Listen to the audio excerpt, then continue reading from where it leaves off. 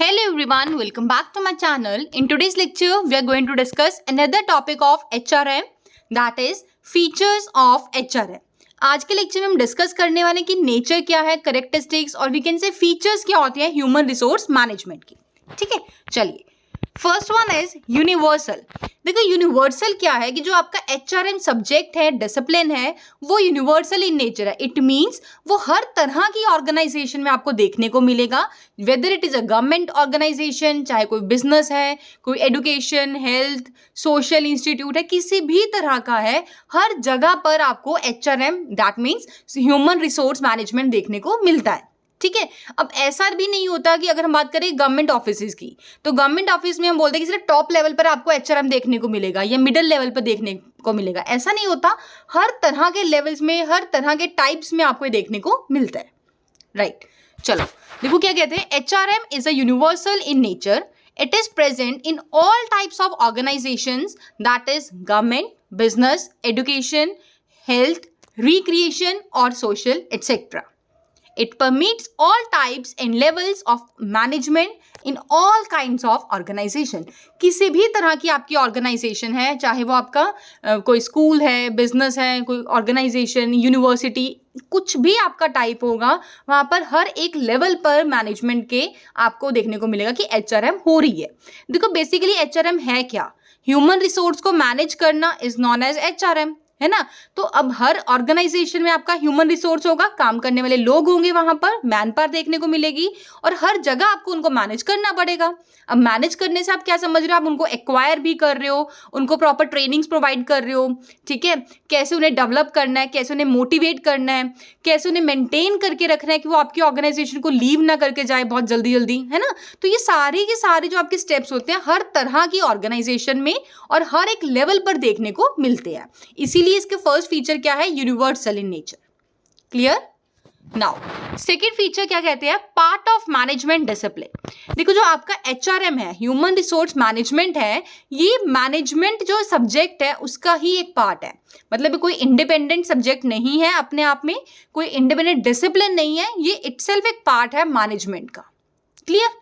चलो, HRM is a part of management discipline. It is not an independent discipline in itself. It is a functional area of management, so it depends to a reasonable extent on the management concepts, principles, techniques, and applies these principles in the area of human resource management. देखो क्या कहते हैं कि ये एक functional area है management का और ये इसीलिए डिपेंड करता है कि किस तरह से आप मैनेजमेंट के कंसेप्ट्स को, प्रिंसिपल्स को और किस टेक्निक्स को आप अप्लाई करते हो अपने एरिया में, मीन्स के अपने HRM के अंदर. इसका मतलब ये है कि जो आपके मैनेजमेंट में कंसेप्ट्स होते हैं, प्रिंसिपल्स हैं, टेक्निक्स होती है ना, आप उन्हीं कंसेप्ट, प्रिंसिपल, टेक्निक्स को यूज करते हो अपनी फील्ड में in the area of the HRM means human resource management. तो मतलब ये अलग से सेपरेट कोई पार्ट नहीं होता है ये. ठीक है. यह कोई अलग से सब्जेक्ट नहीं है, अलग से इंडिपेंडेंट कोई डिसिप्लिन नहीं होता है ये. ठीक है. ये अपना मैनेजमेंट जो आपका ब्रॉडर सेंस में मैनेजमेंट होता है उसी का ही पार्ट है, that is called as HRM. Clear. Now third feature क्या कहते हैं? देखो ये क्या है? People oriented. अब ह्यूमन रिसोर्स को मैनेज करना है. ह्यूमन रिसोर्स मीन्स कोई पीपल है, लोग है ना वो. ठीक है. मैन पावर है आपके जहाँ पे ऑर्गेनाइजेशन में काम कर रहे हैं. तो जितनी भी पूरा प्रोसेस रहेगा HRM का वो किसके सराउंडिंग्स घूमेगा? पीपल के अराउंड. ठीक है. तो इसीलिए बोला गया it is a people oriented. HRM is all about people, that is individual and group. अब चाहे वो कोई इंडिविजुअल पर्सन की बात हो, चाहे वो ग्रुप में लोगों की बात हो, लेकिन ये बात होती है पीपल की, है ना, कि ऑर्गेनाइजेशन में काम करने वाले लोगों की. It covers all kinds of people at various levels in the organisation. एक ऑर्गेनाइजेशन में जितने भी लोग होते हैं, जिस भी लेवल पर होते हैं, ये सभी को कवर करता है. It is considered with acquisition, development, motivation and maintenance of people in the organization. अब ये किस बेसिकली कंसर्न होता है कि कैसे आपने उन्हें एक्वायर करना है. अब इसका भी आगे प्रॉपर प्रोसेस आएगा, कैसे आप रिक्रूट कर रहे हो, कैसे आप सेलेक्ट करते हो. इन शॉर्ट हम बोलते हैं कि इनको एक्विजिशन कैसे होनी है इनकी, है ना. एक्वायर कर लिया मीन्स आपने सेलेक्ट कर लिया, देन आप उनको डेवलप कैसे करोगे, कैसे आप ट्रेनिंग नीड्स को जानोगे, फिर आपको लगेगा पता कि हाँ इस पर्सन को रिक्वायरमेंट है ट्रेनिंग की, तो अपने ट्रेनिंग्स प्रोवाइड करोगे, मोटिवेट करेंगे, कंपनसेशन प्रोवाइड करते हैं और उन्हें कैसे रिटेन करके रखना है अपनी ऑर्गेनाइजेशन के साथ. ये सभी स्टेप्स आते हैं इसमें. तो इसीलिए कहा गया है it is concerned with acquisition, development, motivation and maintenance of people in the organisation. Next one is action oriented. देखो क्या कहते हैं, एचआरएम क्या है, एक एक्शन ओरिएंटेड अप्रोच होती है। It deals with policies and practices related to the management of people and resolve their problems by balanced policies. देखो बेसिकली अब एक्शन ओरिएंटेड क्यों कहा गया इसे, क्योंकि एचआरएम में क्या होता है, हम ये देखते हैं कि हमने लोगों को मैनेज करने के लिए क्या क्या प्रैक्टिसेस अडॉप्ट करनी है, क्या क्या पॉलिसीज फ्रेम आउट करनी है, ठीक है। और साथ ही साथ हम ये देखते हो कि जो हमारे वहाँ पे लोग काम कर रहे हैं उन्हें कोई प्रॉब्लम तो नहीं अराइज हो रही है, कोई फेस तो नहीं करनी पड़ी, उन्हें कोई इश्यूज ऑब्स्टेकल्स तो नहीं आ रहे उनके काम में। इफ अराइज हो रहे हैं तो आपको उन प्रॉब्लम्स को सॉल्व करना होता है with the help of balanced policies. Clear? That's why it is known as it deals with policies and practices related to the management of people and resolve their problems by a balanced policies. Next feature is goal oriented. अब आप खुद जानते हैं, देखो आप कुछ भी work perform करते हैं तो कुछ ना कुछ तो आपका भी एम होता ही होता है। तो सिमिलरली अगर हम बात करें एचआरएम की, तो एचआरएम का भी कुछ एक गोल होता है जिसको अटेन करने के लिए आपको एचआरएम की एक्टिविटीज को परफॉर्म करना होता है ना। तो किसी भी अगर ऑर्गेनाइजेशन की बात की जाए तो उनका अपना कोई एक पर्टिकुलर टारगेट होगा, एक कोई ऑब्जेक्टिव होगा जिसको अटेन करने के लिए हमें क्या चाहिए होते हैं, लोग चाहिए होते हैं। अब लोग ऐसे नहीं कि रैंडम किसी को भी उठा के लेके आ रहे हो, नो, एक capable, efficient, hard working, industrious, है ना, आपको वर्कफोर्स चाहिए होती है। तो आप क्या करते हैं, अलग अलग पर्सोनल टेक्निक्स को अडॉप्ट करते हो, कैपेबल वर्कफोर्स को आप डिप्लॉय करते हो सो दैट आपके जो भी गोल्स हो वो आप उन्हें अचीव कर पाओ, है ना। तो देखो यही बोला गया है कि एचआरएम जो है, human resource management, is directed towards attainment of organisational goals by strategic deployment of capable workforce and personnel techniques. आप क्या करेंगे, एचआरएम का मेन मोटिव होता है कि अटेन किया जाए ऑर्गेनाइजेशन के गोल्स को बाय स्ट्रेटेजिकली जो आपके वर्कफोर्स है उन्हें डिप्लॉय करके एंड पर्सोनल टेक्निक्स को यूज करते हुए, राइट। चलो next one is long term perspective.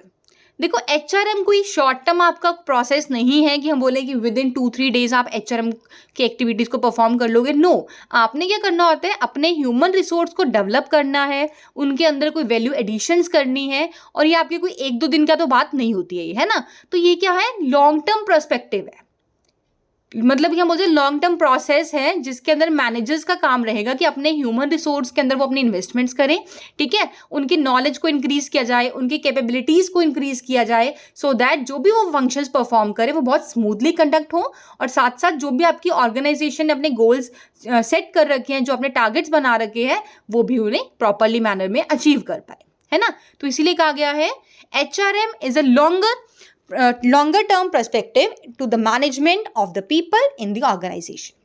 Development of human resource and value addition is a long term process, and for it managers have to invest in human resources to harness their knowledge and capability in the organization.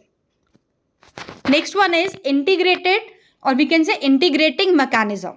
देखो HRM try करता है organisation के goals को and personal goals of the employees को integrate करने में, है ना, कि मतलब ऐसा ना हो कि ऑर्गेनाइजेशन इस तरह से काम करे कि सिर्फ और सिर्फ ऑर्गेनाइजेशन के ही गोल्स अटेन हो रहे हैं, जो आपके एम्प्लॉयज़ के पर्सनल गोल्स हैं उनको तो ध्यान में नहीं रखा जा रहा है। ऐसा नहीं होना चाहिए, ठीक है। तो ये बोलते हैं कि इंटीग्रेट करके चलना है कि आपके जो एम्प्लॉयज़ के गोल्स हैं एज वेल एज जो आपकी ऑर्गेनाइजेशन के गोल्स हैं, दोनों ही अचीव होने चाहिए।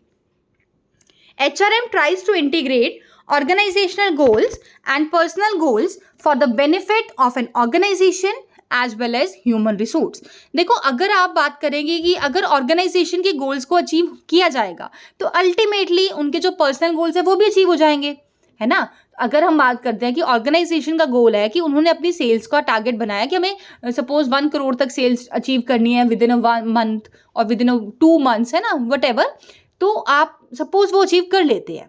अब उससे क्या होगा, जब कंपनी ज़्यादा प्रॉफिट्स अर्न करेगी तो कहीं ना कहीं वो अपनी ऑर्गेनाइजेशन के लोगों को भी तो सर्व करेगी ना, अच्छा, तो उनकी या तो उनको इंसेंटिव्स प्रोवाइड किए जाएंगे या उन्हें बोनस या उनकी सैलरीज में इंक्रीमेंट होगा, तो अल्टीमेटली जो उनके पर्सनल गोल्स है वो भी अचीव हो गए। तो यही बात होती है कि दोनों के गोल्स को ध्यान रखते हुए सो दैट ऑर्गेनाइजेशन का भी बेनिफिट हो और जो ह्यूमन रिसोर्स आपकी कंपनी में उनका भी बेनिफिट हो। क्लियर? तो इंटीग्रेटिंग मैकेनिज्म होना किसी भी ऑर्गेनाइजेशन में बहुत ही ज्यादा इंपॉर्टेंट है और एचआरएम ये रोल प्ले करता है। Next one is development oriented.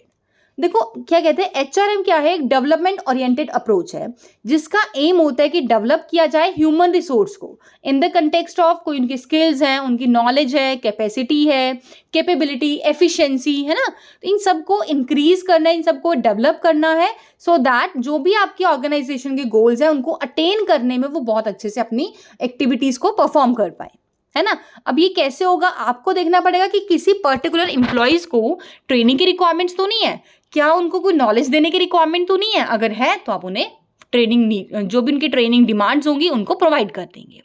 Clear? HRM is a development oriented approach. It aims at development of human resources. It assesses the training needs of the employees and develops their knowledge and skill in the interest of the organization. Clear? Last one is continuous process. अब देखो ऐसा नहीं है कि human resource को manage करना है वो वन टाइम प्रोसेस है, टू टाइम प्रोसेस है, ऐसा नहीं होता. आपको कंटिन्यूटी में करते रहना ही पड़ेगा, क्योंकि अगर आप इसको 2-3 मंथ्स तक करेंगे उसके बाद आप छोड़ देंगे तो हो सकता है आपके जो ह्यूमन रिसोर्स है, आपकी जो वर्कफोर्स है वो उसके बाद अच्छे से परफॉर्म ना करे. तो ये एक ऐसा प्रोसेस है जो कंटिन्यूटी में आपको करते रहना पड़ेगा. ठीक है. HRM is a continuous process. It has to regularly assess the human resource requirement of the organization and plan to meet the human resource needs of the organization. देखो क्या कहते हैं कि इसको ना आपको रेगुलरली असेस करते रहना पड़ेगा सो दैट आपको पता चल सके कि आपकी ऑर्गेनाइजेशन में ह्यूमन रिक्वायरमेंट्स कितनी है. ठीक है, ह्यूमन रिसोर्स की रिक्वायरमेंट कितनी है और उनकी नीड्स क्या है, सो दैट आपको पता चले कि उनको आपने कैसे मेट करना है. अब नीड्स देखो चेंज होती रहती है ना according to its ever changing needs and human resource requirement of various departments in the organisation. अब किसी एक पर्टिकुलर डिपार्टमेंट की बात नहीं होगी, यहाँ पर अलग अलग डिपार्टमेंट्स में क्या क्या ह्यूमन रिसोर्स की रिक्वायरमेंट्स हैं आप वो चीज़ असेस करते हो, फिर आप प्लान करते हो उनकी नीड्स कैसी हैं, क्या क्वालिफिकेशंस चाहिए. ठीक है, ये सारी डिटेलिंग आप यहाँ पर चेकआउट करते हो. तो ये आपके कुछ फीचर्स थे कि एचआरएम के फीचर्स क्या है. बेसिकली मैंने 9 फीचर्स को कवर किए. फर्स्ट आपका यूनिवर्सल इन नेचर, हर जगह पर प्रेजेंट होता है, हर ऑर्गेनाइजेशन में हर लेवल पर देखने को मिलेगा. Second one is part of management discipline. अलग से कोई सेपरेट सब्जेक्ट नहीं होता, ये पार्ट है आपके मैनेजमेंट का. पीपल ओरिएंटेड है. एचआरएम मीन्स ह्यूमन रिसोर्स को मैनेज करना, तो it means it is all about the people whether it is an individual और अ ग्रुप.